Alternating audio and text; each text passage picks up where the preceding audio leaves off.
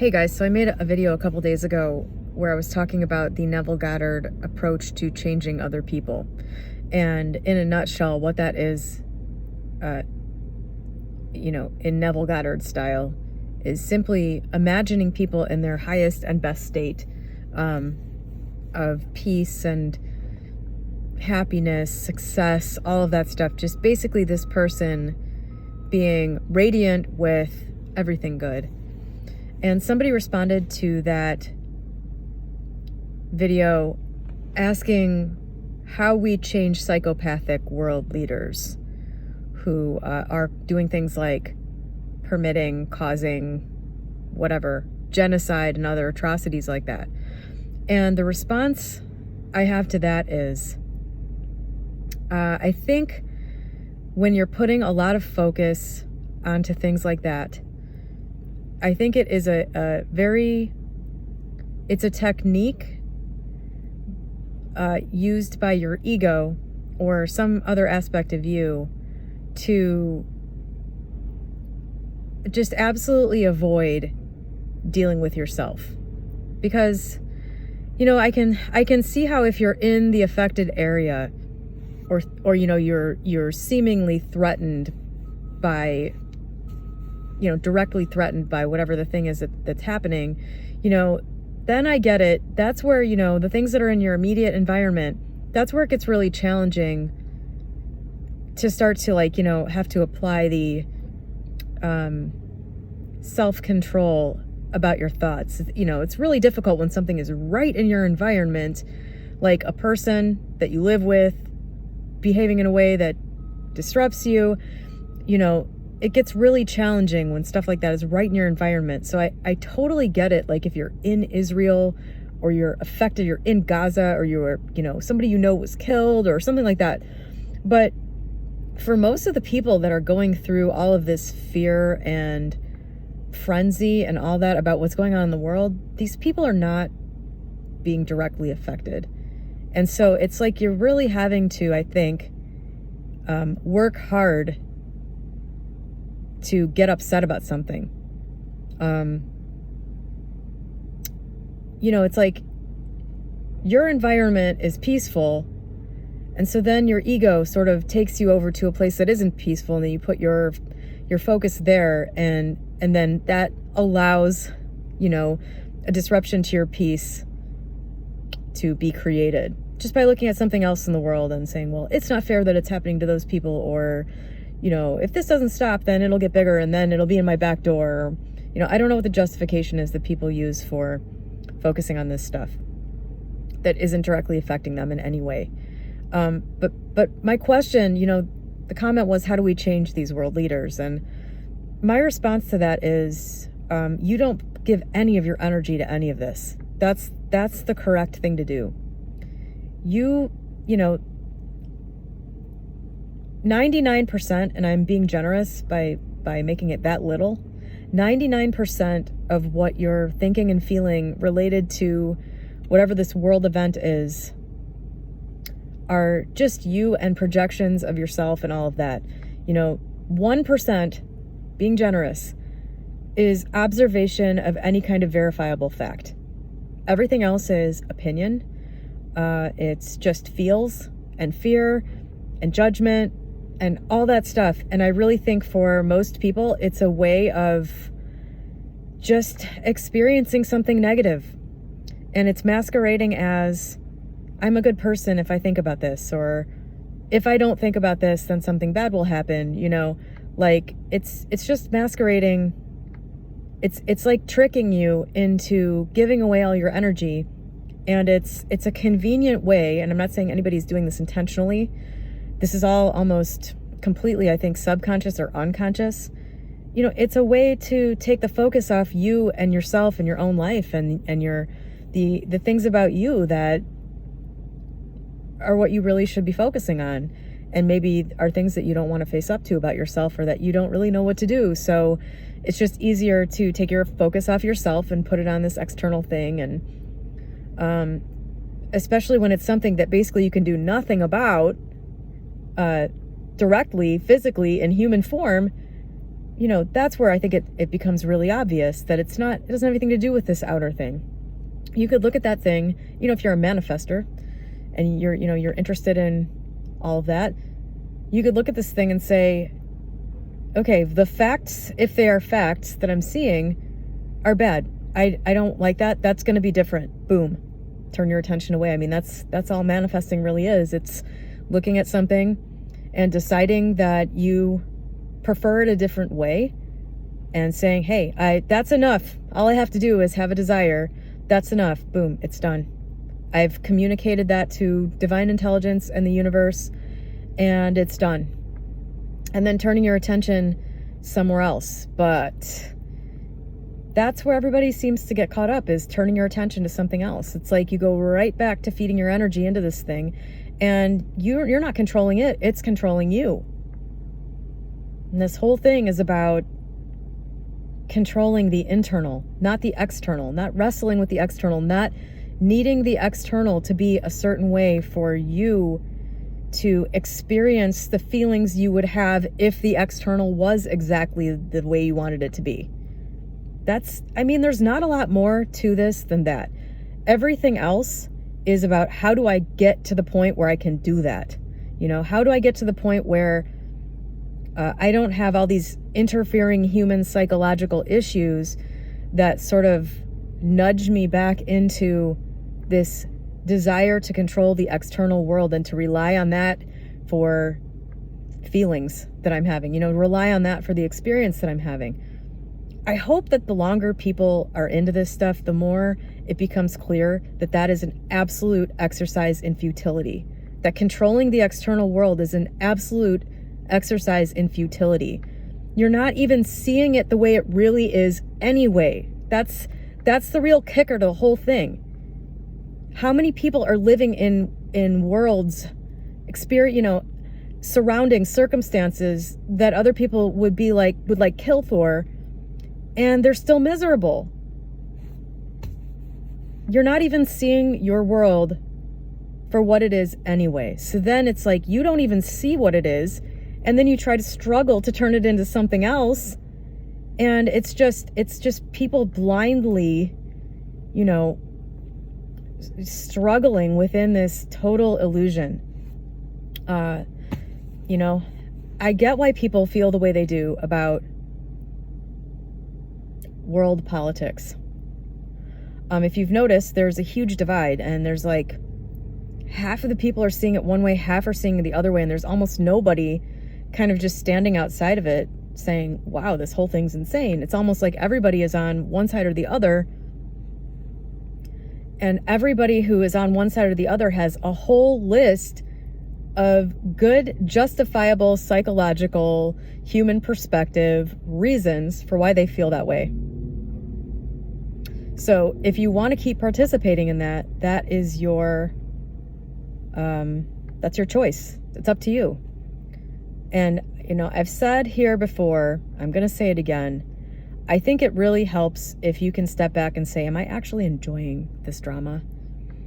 I think when you go, if you realize that you're doing this thing where you're feeding your energy into this pendulum, it's taking from you, and then you still keep wanting to do it, I think that's a really good sign that you're actually quite enjoying the drama within this illusion, which is fine, in my opinion.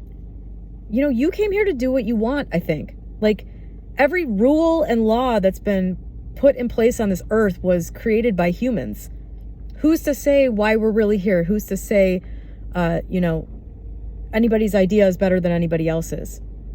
It doesn't make any sense to me that there's any rule that says you can't just be here to enjoy the drama. And if that's what you're doing, and it's kind of like, watching a TV series where you see, a serial killer getting away with shit over and over again, and you really just want to see him brought to justice, and it's just kind of like a drama, and that's what you're into, then that's fine. But it would be really helpful if you stepped out of that a little bit, so that any of the parts that are getting a little too real for you, you can let go. Knock the edge off by understanding what you're doing, that you're choosing to participate in that drama. And if you don't feel like you're enjoying it, and you actually don't want to be involved in the drama. You don't have to be. It's that simple. You look at the situation you don't like, you say, I would prefer that to be different, and I expect it to happen. Boom, done. Move on. Move on from it. Turn your attention off of it. Think of it as something where there's an energetic beam going from you to this gigantic blob in the sky.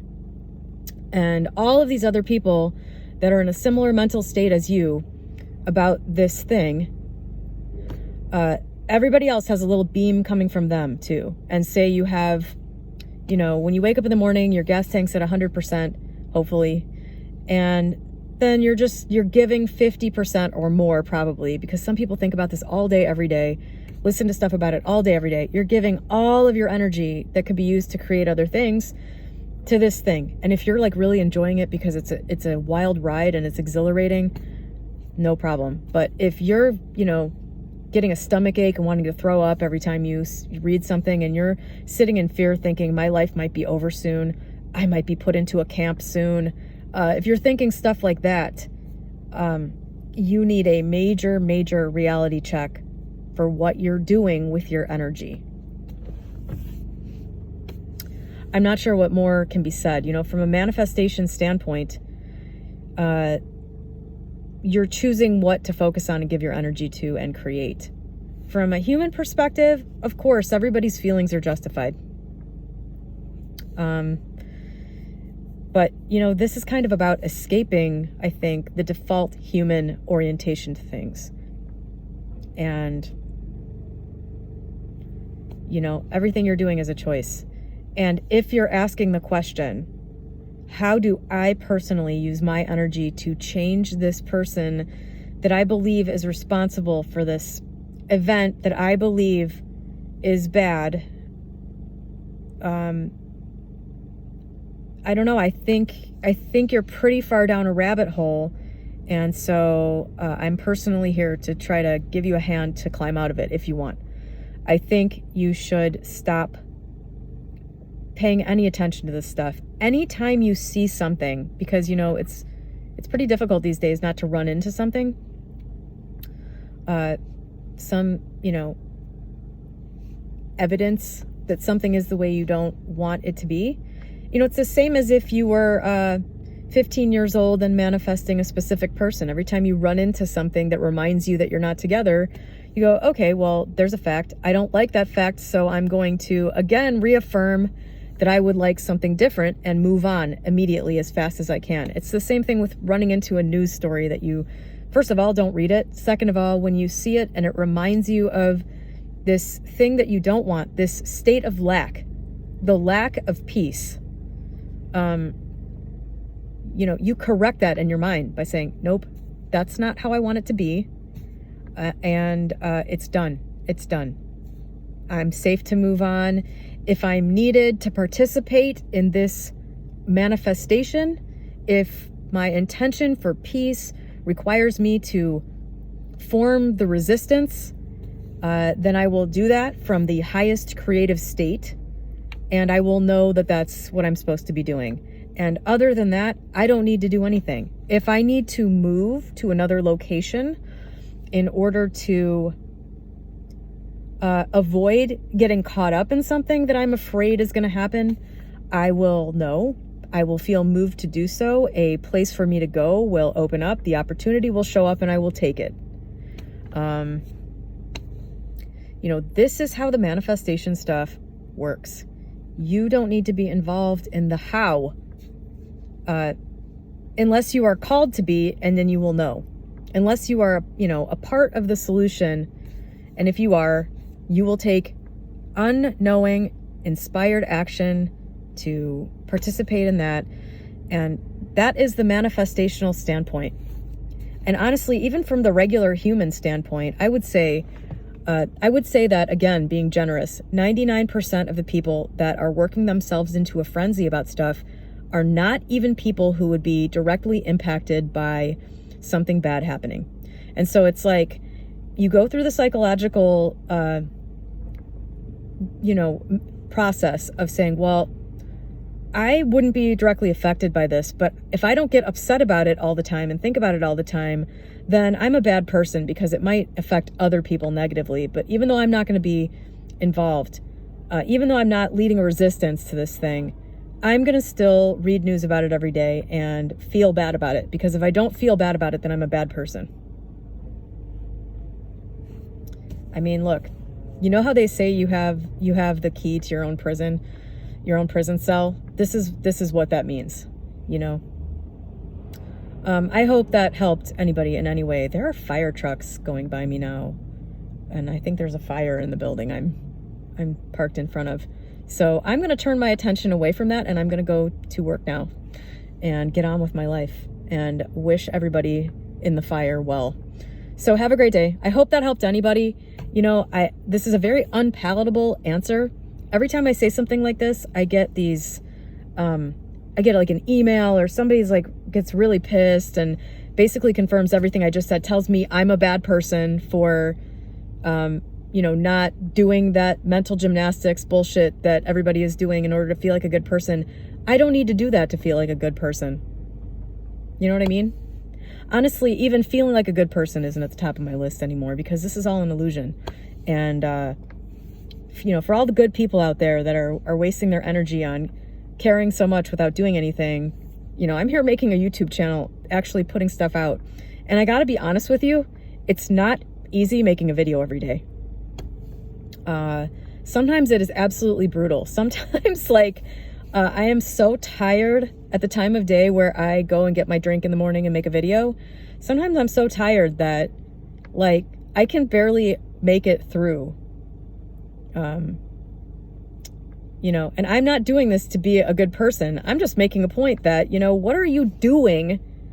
You know what I mean? Like, sitting around feeding your energy to some thing that's largely bullshit anyway, because it's just a bunch of people's opinions being reported, and we've all seen how bullshit all of the opinions are. Like, everybody has this huge agenda right now, so everything is like way more skewed than it even normally has been in the past. It's like you're feeding your energy to this thing in order to feel like a good person. Like, why don't you take all of that energy and go volunteer at an animal shelter and actually make a difference in living beings right now experience? Why don't you go volunteer, become a hospice volunteer, actually help some people who are in the worst place in their life get through it? Like, go take all of that fucking energy and do something good with it. You know? And even then, it's not gonna fucking matter if you're a good person or not. So, I hope that helps somebody. Have a great day.